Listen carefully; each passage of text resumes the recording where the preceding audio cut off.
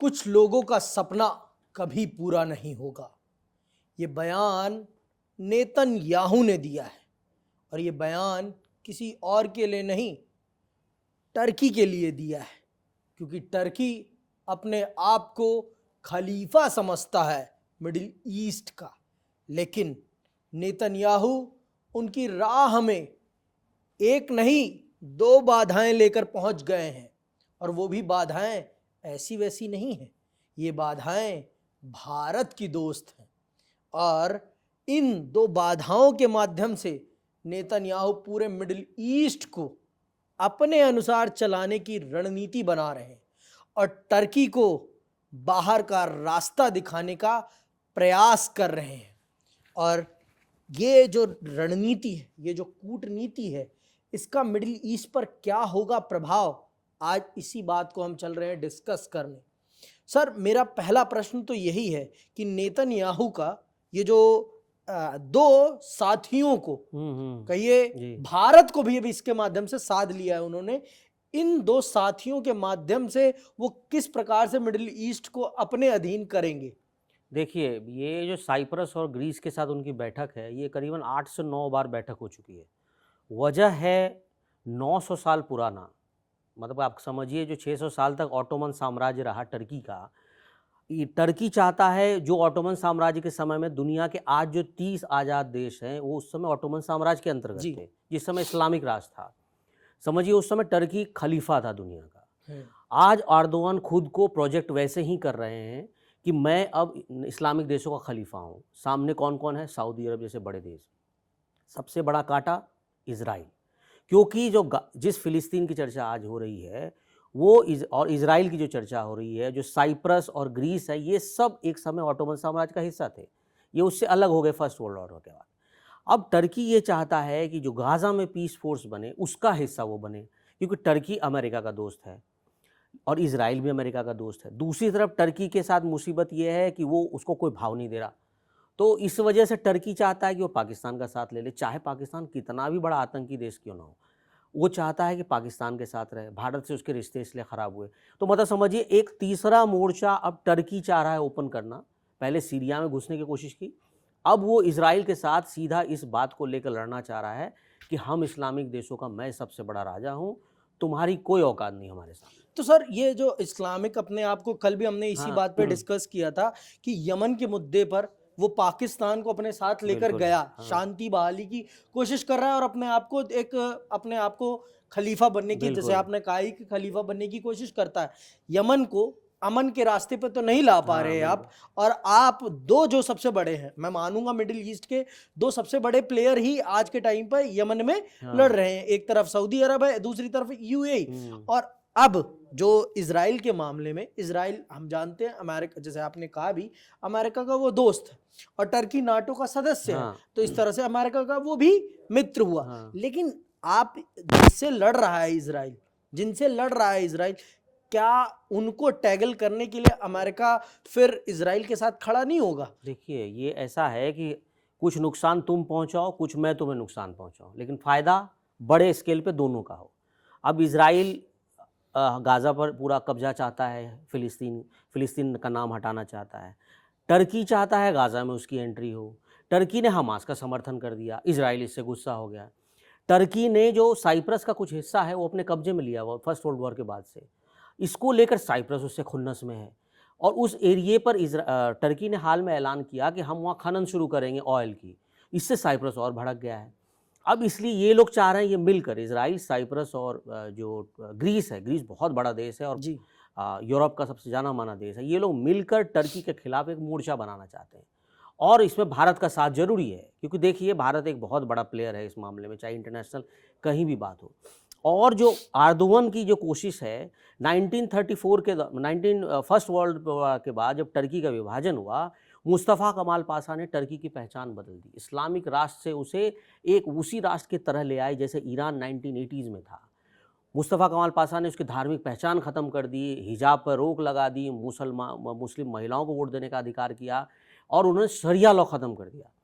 Erdogan यही चाहते हैं। साल 2020 में हाया सोफिया मस्जिद, जो बाइजेंटीन साम्राज्य के समय में चर्च हुआ करता था, टर्की का सबसे बड़ा चर्च, उसको इन्होंने मस्जिद में तब्दील कर दिया और इन्होंने कहा कि ये मस्जिद होगी, क्योंकि टर्की को की पहचान वो इस्लामिक राष्ट्र के रूप में चाहते हैं।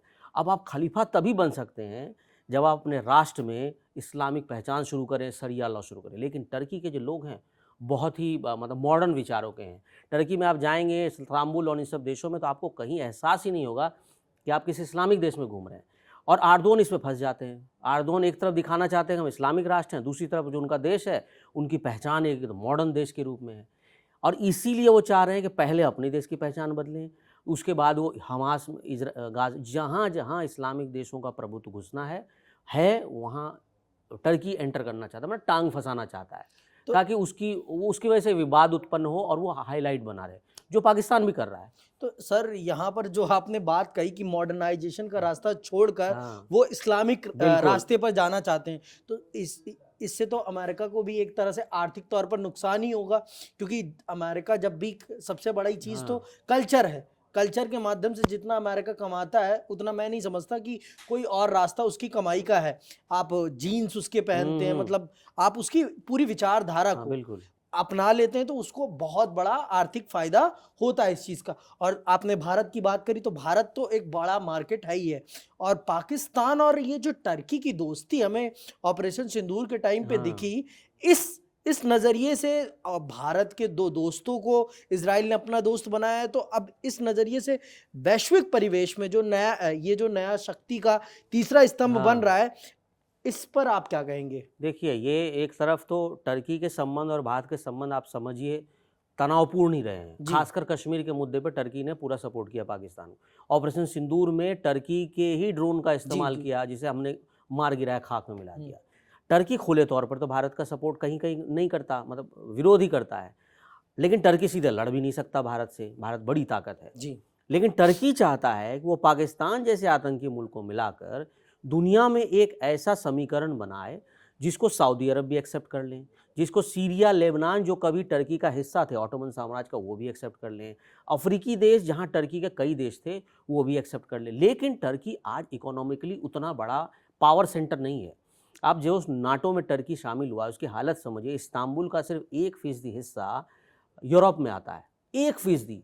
उसकी बदौलत पूरे टर्की देश ने नेटो का सदस्य बनने का मंजूरी इसलिए ली क्योंकि उसको हम पूरा यूरोपियन देश में उसको व्यापार मिल सके, उसकी एंट्री हो सके, उस पर आयात शुल्क ना लगे। तो टर्की के पास ऐसा कुछ है नहीं जो टर्की, आप समझ, सऊदी अरब की तरह संपत्ति भी नहीं है, पाकिस्तान की तरह कंगला है वो भी, लेकिन दिखाना वो चाहता है कि भाई मैं बहुत बड़ा मुल्क हूँ। और दूसरा पाकिस्तान दिखाता, पाकिस्तान के पास न्यूक्लियर पावर है, टर्की चाहता है पाकिस्तान के साथ मिल जाए और अपने आप को दिखा दे कि भाई हम तो इस्लामिक राष्ट्रों के सबसे बड़े, जिसको खलीफा बोलते हैं, या हम रक्षक हैं तुम्हारे। इसीलिए वो अमेरिका की भी चमचागिरी करता है कि अमेरिका से भी उसको पैसा मिल जाए, लेकिन इंटरनली वो चाहता है इजराइल के मुद्दे में घुसना, वो चाहता है सऊदी अरब के मुद्दे में घुसना, सीरिया के मुद्दे में घुसना। भारत इसको बहुत क्लोजली वॉच करता है। भारत ने जो टर्की की हालत की, जब हमने टूरिस्ट बैन कर दिया था, टर्की की हालत ख़राब हो गई थी।